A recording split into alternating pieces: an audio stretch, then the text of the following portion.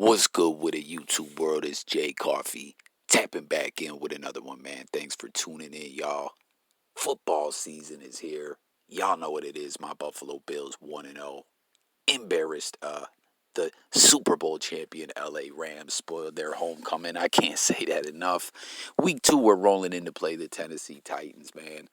I just actually caught that Titans L to Brian DeBall, our former offensive coordinator, who's moved on to be a head coach with the Giants. Hell of a game that came down to the wire.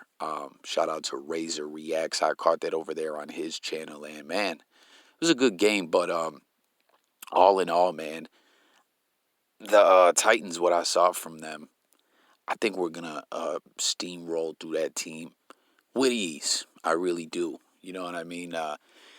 Tannehill, like, he's mobile or whatever. He can extend the play a little bit, but, he's no Josh Allen. I'll put it like that. But I don't know, and the Titans, something Razor Reacts was pointing out, I don't recognize any of their wide receivers anymore. What was that guy's name? Hilliard. He had 2 touchdown grabs.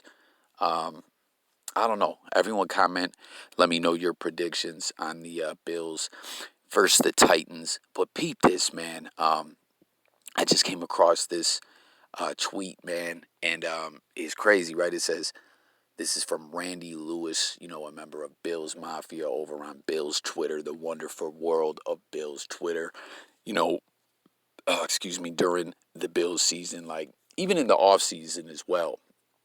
Everyone's always talking Bills or Buffalo sports. It's a lot of fun, but during football season, it's like it's lit 24/7. You know what I'm saying? No matter what time you sign on, something's always shaking and moving. But people, he put up here, he says, lucky ass kids today get to grow up with Josh Allen, right? JP Losman never got me any half days. And this is crazy, right? The Orchard Park Central School District and the Frontier Central School District will have a half day Monday because of the Bills Titans game. Parents, what are your thoughts? Now, first off, I don't live in Western New York anymore. I miss it every day. Anyone from Western New York, when you're growing up, you might hear people, or even now, you've lived there all your life, whatever fucking age you are, you know what I mean? You'll hear people talking about leaving Western New York, Buffalo behind, like it's the worst place on earth. And let me tell you, it's the best place on earth. I miss it every day. I wish I never moved. I honestly never wanted to move. That was wifey's call. I rolled with it. Yeah, I know, right? But yeah, there's no place like Western New York, so don't believe the hype. The hype is not real. It truly is the greatest place. You know what I mean? But this is lit. This is dope that they're giving a half day of school for the Bills game. I love it, man. I truly do, and it just shows how everyone is really tuned in and primed for this Super Bowl run. The whole community, the school district, they're like, yo, fuck it. The kids will be all right. Their education won't suffer too much. We got to go watch the game. I love it. Comment and let me know if you guys agree. I think that's so cool. But looking at that, right? This tweet, it really brings me, because I've been a Bills fan all my life. Something I always share when I talk Bills football with people, is like, one of the earliest memories in my life is our first Super Bowl of the 4 consecutive Super Bowl losses. Watching with my family, Scott Norwood and all that. But, speaking of the community coming together, a lot of people may remember after that Super Bowl loss. Like, Norwood was a solid kicker as much as people want to ish on him. He was a good kicker. He won us a lot of close games. And, I believe he even won some playoff games in that first season, right? But first Super Bowl season, but the next Super Bowl season, he got us back into the Super Bowl. You know what I mean? Like, Norwood really was a great kicker. And after he missed it, he missed the kick in the Super Bowl, downtown Buffalo. You'll see it actually in the Four Falls of Buffalo, documentary. They had a big event downtown Buffalo. Parents were having their kids miss school to go down to this, and Scott Norwood was there in the city chanted his name, and we're supporting him. They rallied behind him and showed him some love, even though he missed that kick. Hell, maybe Kenny Davis is right. Maybe it was those like Secret Service helicopters that were there, right? Were they there for Whitney Houston? Wasn't that the year she sung the national anthem? And hey, guys, the Bills and our Super Bowls, we had some of the best, dopest national anthem artists performing the national anthem out of any Super Bowls. Comment and let me know if y'all agree. I don't remember who was at the halftime shows though. If you guys do remember off the top of your head, drop it in the comments. Or hell, hey, if you want to jump in, research it up and let me know as well, please do so. When I make these videos, a lot of times I share with y'all certain times, I really dig in and research it all up and lay out a blog for you guys. Sometimes I'll just sporadically make it, even if there's some things I'm not fully remembering.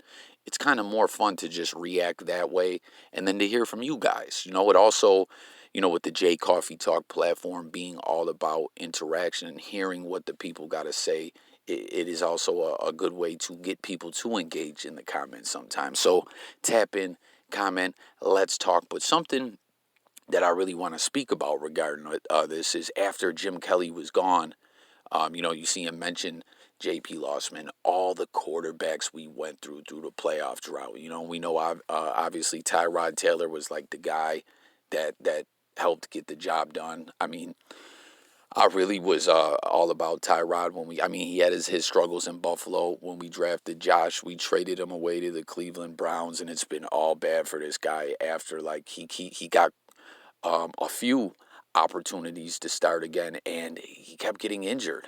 I believe with the Chargers, with the Texans, and then I thought he was with the Giants in the Bowl, but in that game I watched Daniel Jones started, so I don't know if he is there.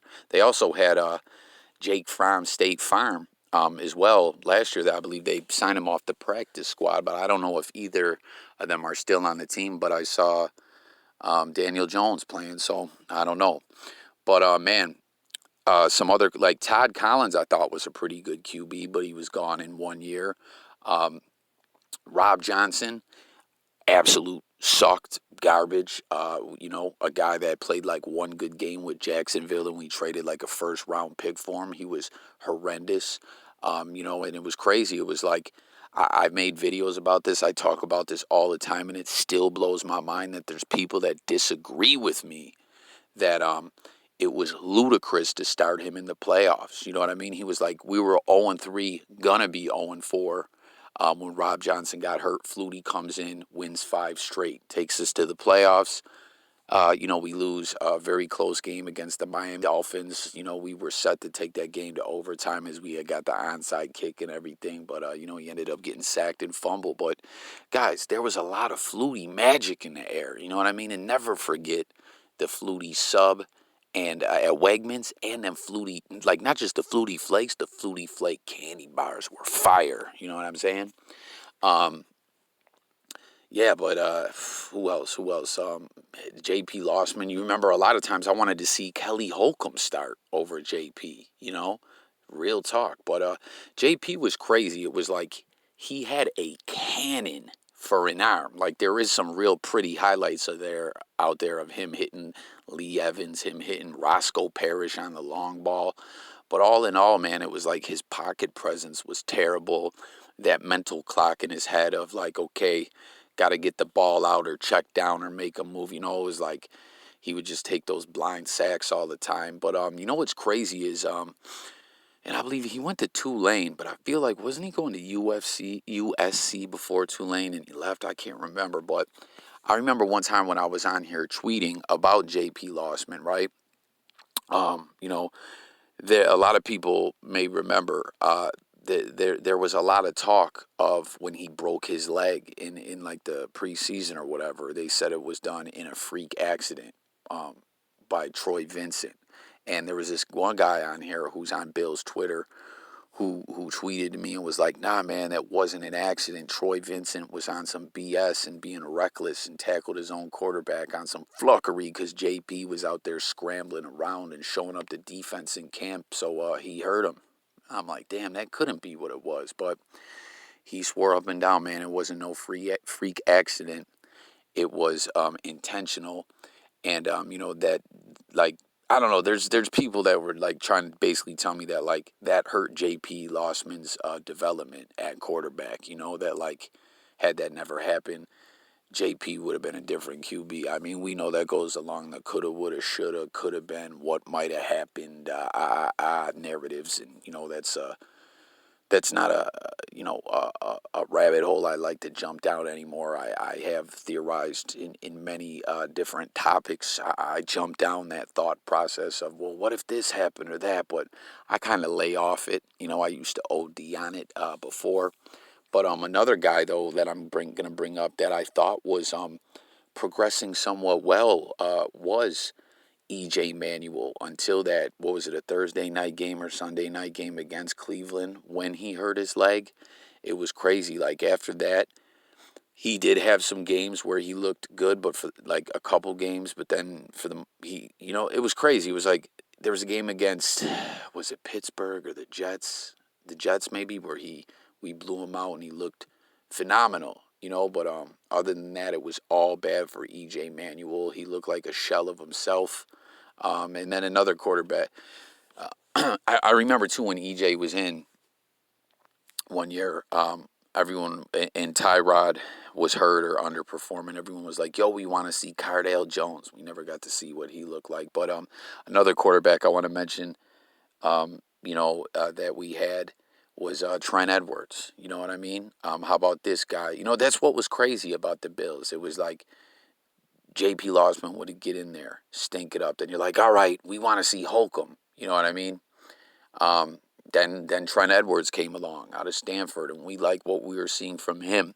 And then, obviously he got knocked the fluck out after that 3-0 start by Adrian Wilson, the hitman, who played for the Arizona Cardinals in a season where they went to the Super Bowl. They looked crazy good.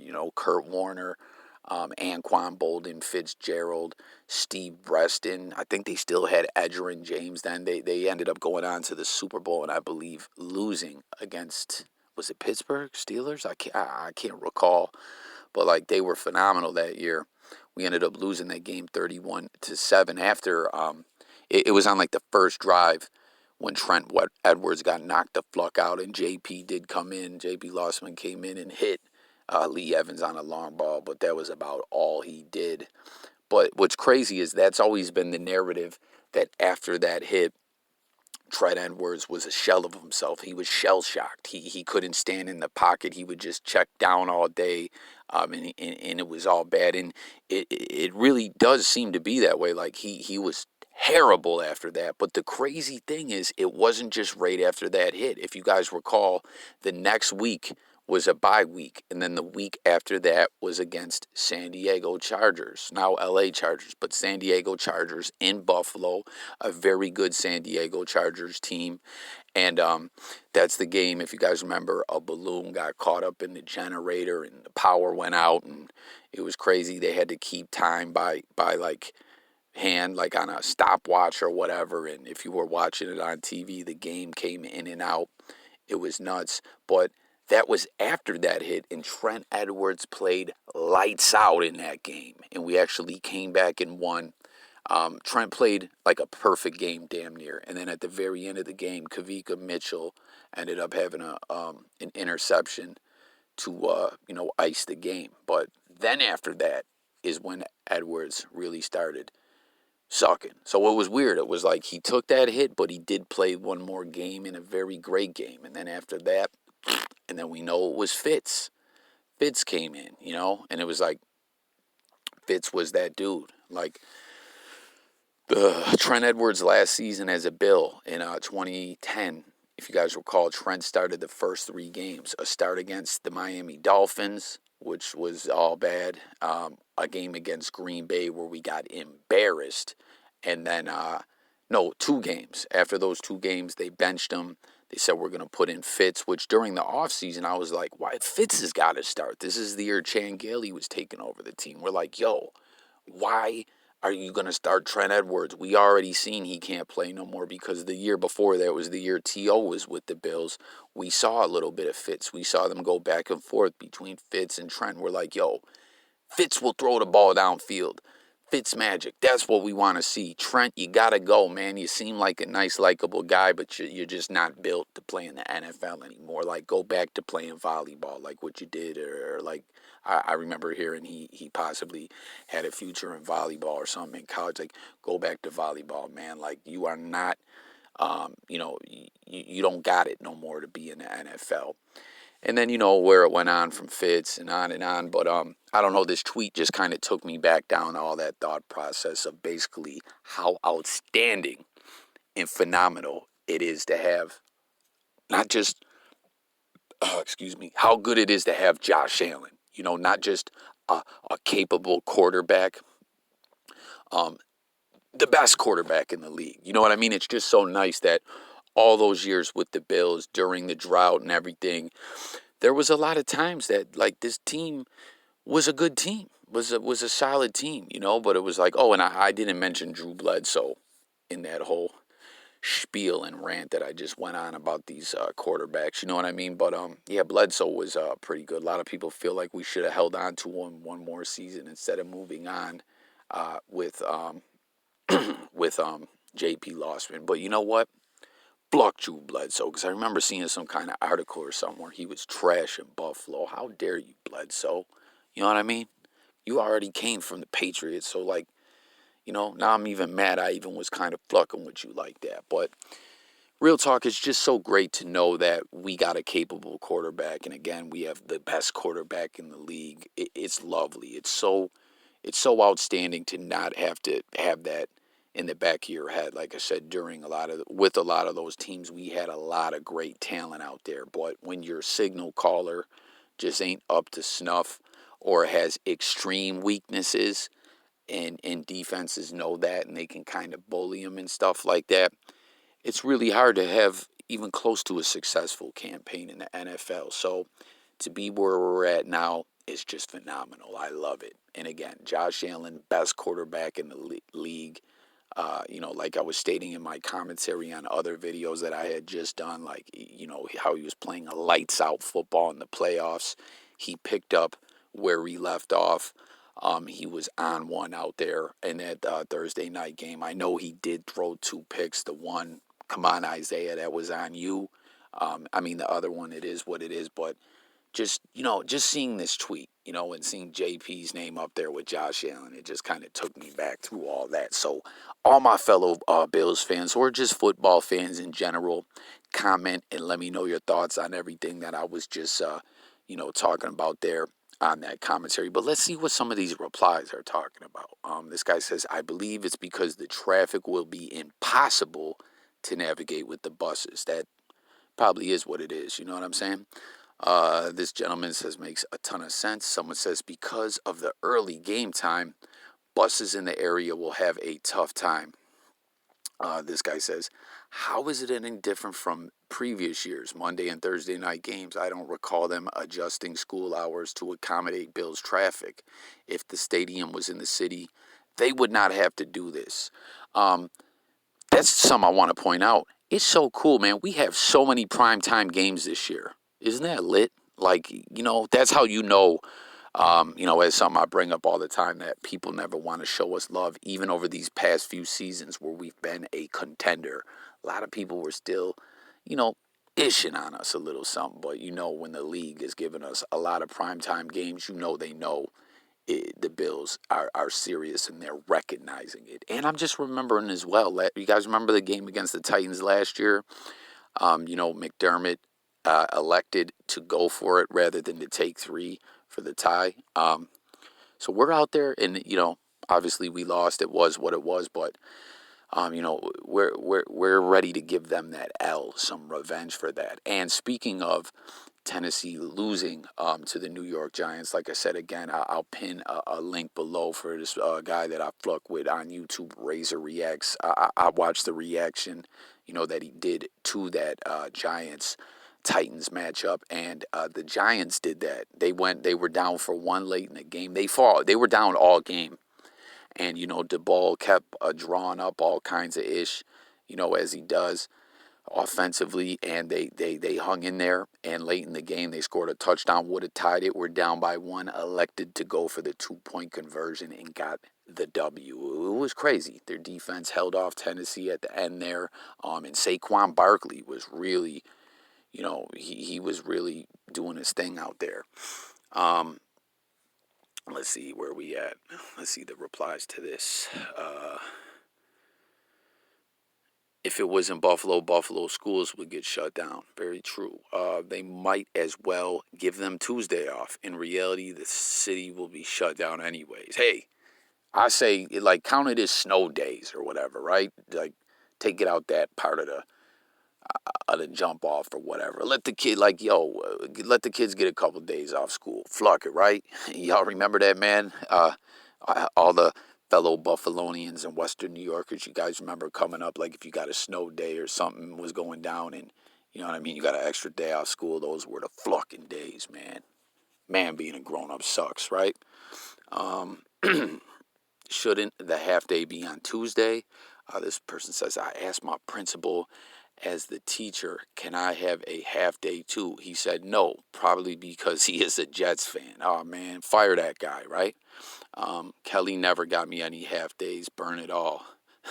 Yo, Kelly was the truth, but yeah, man. Yo, I remember too, though, growing up during that Super Bowl era team, like the magic in the air, like, of the whole community. Like, I remember in school, our teacher would implement Bills football in our weekly school lessons and everything like that. And we would do a little thing where, like, everyone would predict what the score was going to be. And, we would talk football. And she would do she implemented Bills football into a lot of our lessons. Like, I remember we had a little project that we would do too, like learning about researching stuff and then citing your sources and stuff like that, how to do that. And it would be about football and the Bills and stuff like that. It was cool, man.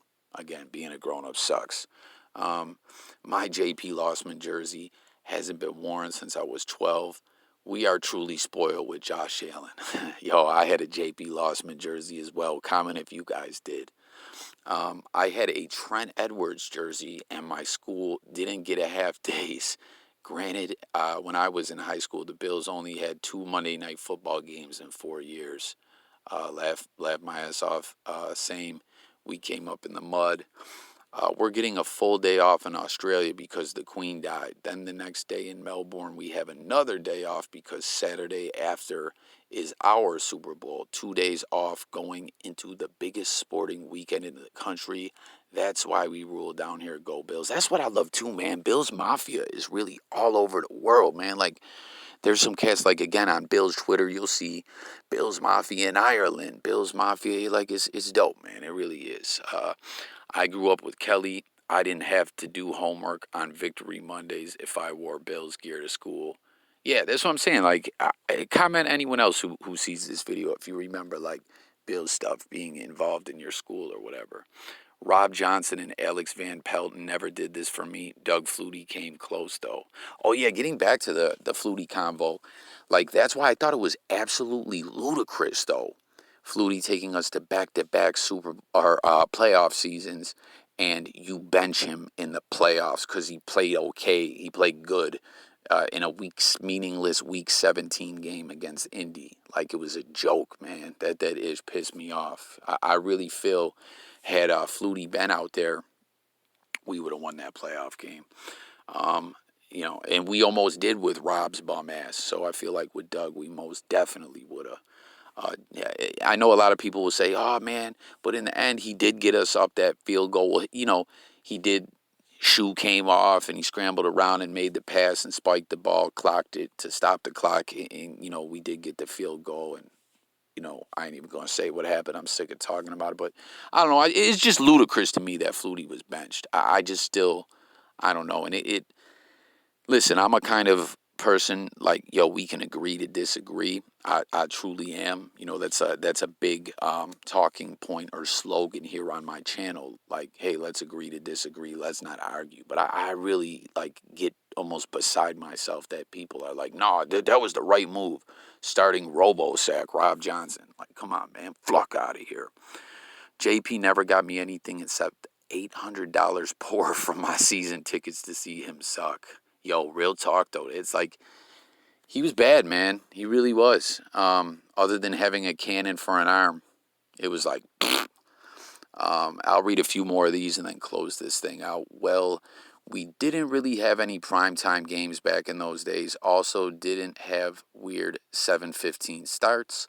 Get a half day to come watch Trent Edwards and the Bills get their asses beat by Tom Brady and the Patriots on Monday Night Football for the 10th time in a row. Y'all remember Kelly Holcomb almost, what was it, 2005? Holcomb almost beat the Patriots. It came down to the wire. I think Teddy Bruschi got an interception late in the game or whatever. But, like, Holcomb, I kind of was fucking with Holcomb, man. And I remember, too, during it all, that game that I'm talking about, it was a primetime game, actually, as well. I think it was like a Sunday night game. They were talking about how Holcomb had reached out to Peyton Manning, because I guess he played behind him. Was it with Indy? He was on the same squad with him, or one way or another, he had aligned to Peyton Manning. So he was hollering at Peyton, to get like you know tips and stuff like that or whatever, how to get his focus out there. But I don't know. Shouldn't the half day be Tuesday? Blah blah blah. All right, so that's about it, guys. I'm gonna close it out. Again, just saw this tweet. I thought that was lit that they're doing a half day.